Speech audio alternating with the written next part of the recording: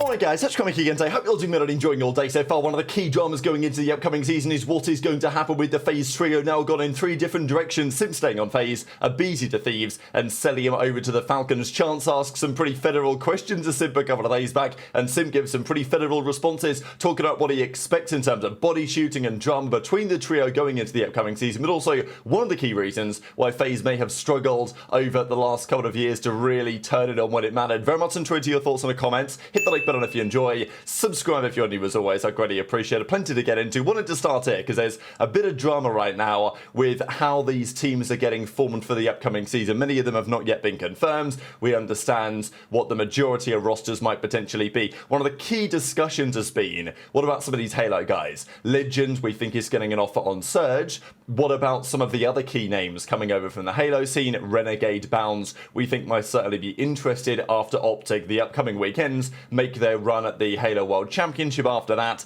they may well be keen to come to COD. We know that Raven's the last team to make decisions. We'll likely wait some time until they make those decisions, because the longer that Ravens wait until signing a contract, they don't have to pay any players for the next few weeks, which is typically going to be at least part of the plan. Now, Gunless, of course, he's been around a long time. Absolutely unbelievable player in his day. Infinite Warfare, World War II, good stint in BO4, was around in the CDL on a number of occasions as well to mixed success. But he does say this, what happened to the game that I loved? It used to be so about chasing championships, but now people are building teams to just get past the first rounds. And Parasite is a mega lol, and Gunless goes, might just take someone's coaching job out of spite once I'm done with this, just to show them how it's really done. So, you know, Gunless, of course, still trying to compete. Again, some would argue, is bringing in Gunless the way to chase championships? Maybe several years ago, yes. Nowadays, people are going to have questions on that, of course. Again, do I think Gunless could still be part of a pretty good team? I could see it, but also I could see why coaches maybe want to take a risk on players that really have no history, because there's more upside, there might be more downside, but at least it's a risk, right? Certainly if you're towards the lower end. But Gunless says, you know what, might become a coach at some point or a general manager and start making some actual good decisions. This does align a little bit with this post, and there's a couple more of these that went around. So this rumored team has kind of come out of nowhere. Like, I don't think there's any reputable sources talking about this, but it's just been a theory, especially because Ravens were heavily linked with Space Station Gaming for some time, making that deal happen, and given the history there with Space Station and the Halo guys, you know, with Renegade and Bound potentially coming in, that is something that is at least worth thinking about. As I said the other day, it might work out a bit better for Slasher, because at least he would have some championship winning experience alongside him, even if they are technically rookies. But as 8Tej says, used to dog walk Renegade with my eyes closed, but since he's a Halo pro, he gets a free pass to the league. Now, as I say, I don't know if this is actually happening or not, but it will be very interesting, because especially back in 2014, when the Halo guys kind of came over from the first time, there's been a few exoduses, if you want to call it that, of Halo players to COD over time. When Halo gets a bit stale, the players come to COD. It's a classic trend, right? It was Formal and Enable, really, were the only two that properly made it. But back in that 2014 season, in Ghosts, there were a number of Halo players that tried to make the switch. For the vast majority of them, it went nowhere. Really only for Formal and Enable it worked. And then we had Shotzzy come over a couple of years later. Again, at the time that Shotzzy came over, there was interest from other players as well. Really, it was only Shotzzy who kind of made it. Neptune's made it more recent years as well. There's other notable Halo players. But the point is that whenever there are these transitions, it has certainly been the case in the past that maybe you find one or two that are really sensational, it works, and the others kind of get nowhere, right? So that's been the debate, because Renegade has played a bit of COD before. Even this guy says, this guy Renegade lost to me for top 64 on LAN. What did I miss, right? How's he getting a CDL spot after getting slapped around? Now, if you go on his COD Gamepedia, he doesn't, like, presumably not every tournament that he's played is on here. I mean, he did play the Las Vegas Open on Splice Black with Stella, with Eco, other Halo names you guys might remember. They finished, I mean, what is that? Top 269 or something? So, not the best run of all time there. Wow, what a time, right, back in COD, where there used to be that many teams that would actually compete at tournaments. That was 5v5 as well. But anyway, So he has played a little bit. A lot of these are just online tournaments when he used to play a bit of BO4, kind of when Shotzzy was making his transition. He played a bit of Modern Warfare 3, just some online tournaments and stuff.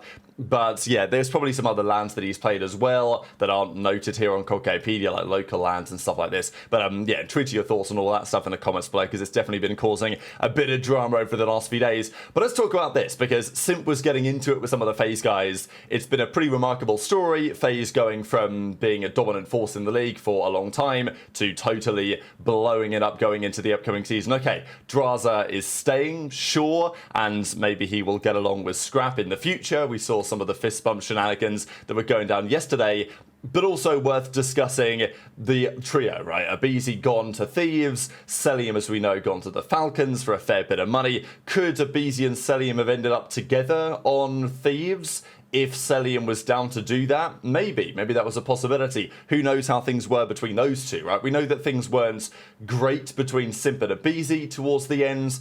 You know, like, they're still going to be friends, obviously, on some level.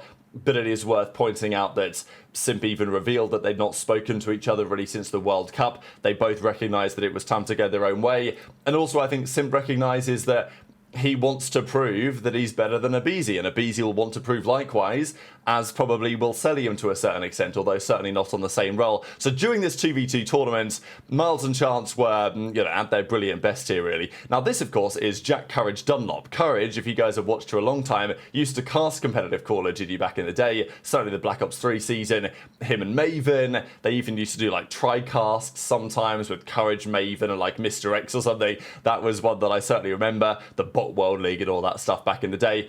Look, Courage was a great caster. I mean, famously, Infinite Warfare, right? He was casting the Grand Finals, delivered that famous Dynasty has been cemented line, among many others. So, legendary caster in COD.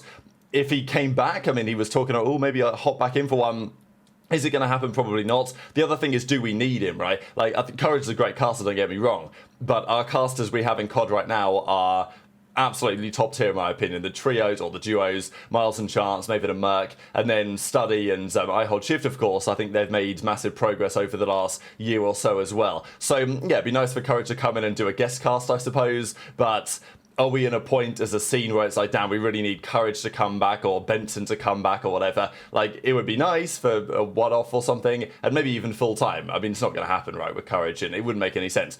But it would be cool to see, I think, from certainly some old-school COD fans, but it's not like it's a need. It's not like the one thing that fans are asking for is better casters, because in some esports that is true. I do think we're fortunate in COD that we have absolutely top-quality casters, not just at casting, but also at asking pretty federal questions. So Chance was cooking. He was absolutely cooking here, and he asked Simp a number of questions that Simp didn't necessarily have to respond to, but you know, it was good journalism on Chance's side as far as I'm concerned. You can see MettalZ's reaction in real time. So anyway, Chance pretty much puts a couple of pretty spicy questions to Simp and says, okay, we've been wondering this for the last 7 years. You guys have been teaming.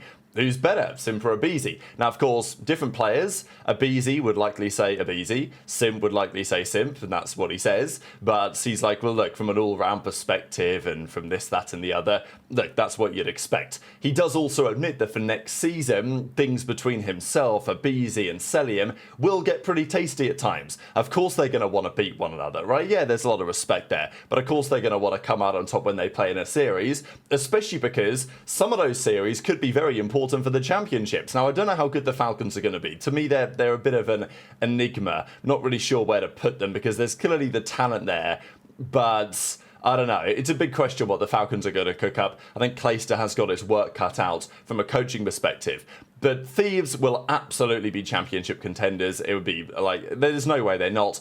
And FaZe, some would argue how close they're going to get for Abuzah. I think there's also an argument to say that, hang on a second here, Simp and Drazah, but certainly Simp in the last few years, they have had issues closing out finals, right?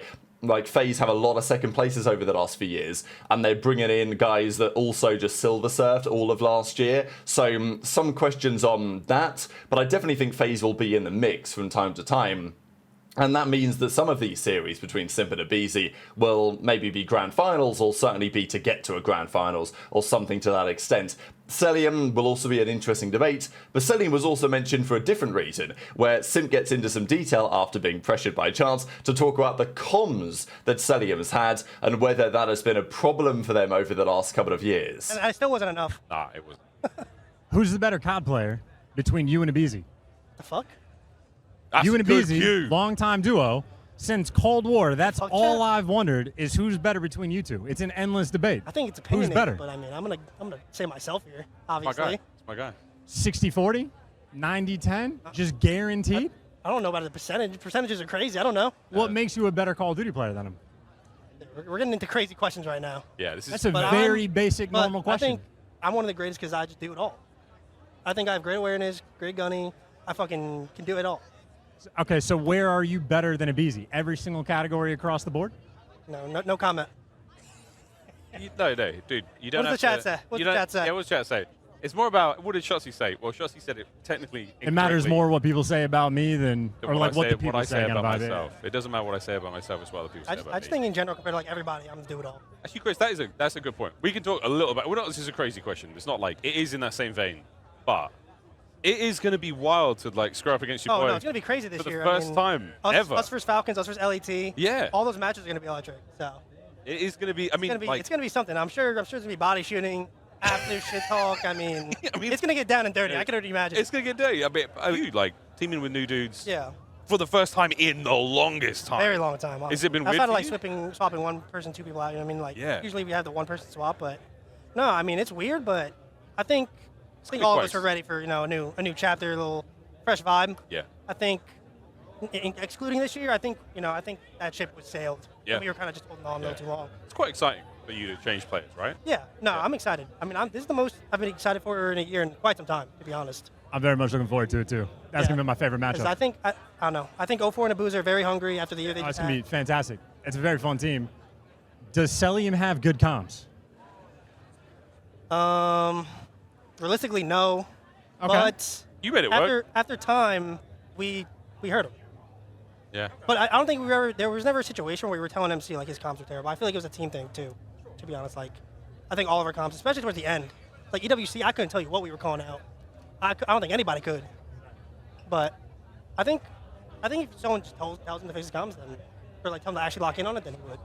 Fair enough. No, I appreciate it. Sick, man. Dude, it's been a joy. Of Thank you, course. bro. Appreciate you. Of course. So when FaZe were dominating online matches, but then they would go to LANs and not win, the big question was, okay, why have they got second again? What is happening here in the grand finals for them to be falling short? What is it that isn't quite working out? Is it playstyles not meshing perfectly? Is it aBeZy getting a little bit too ahead of himself? Is it Cellium clashing with the other AR? One of the talking points that we had multiple times over the years was, what about their comms, right? Because in big moments, when the pressure is at its highest, that's when your comms are tested the most, I would say. We know the difference watching back in the day between that Toronto team when Bance was there, how calm their comms would be the entire time. Very clear, very precise.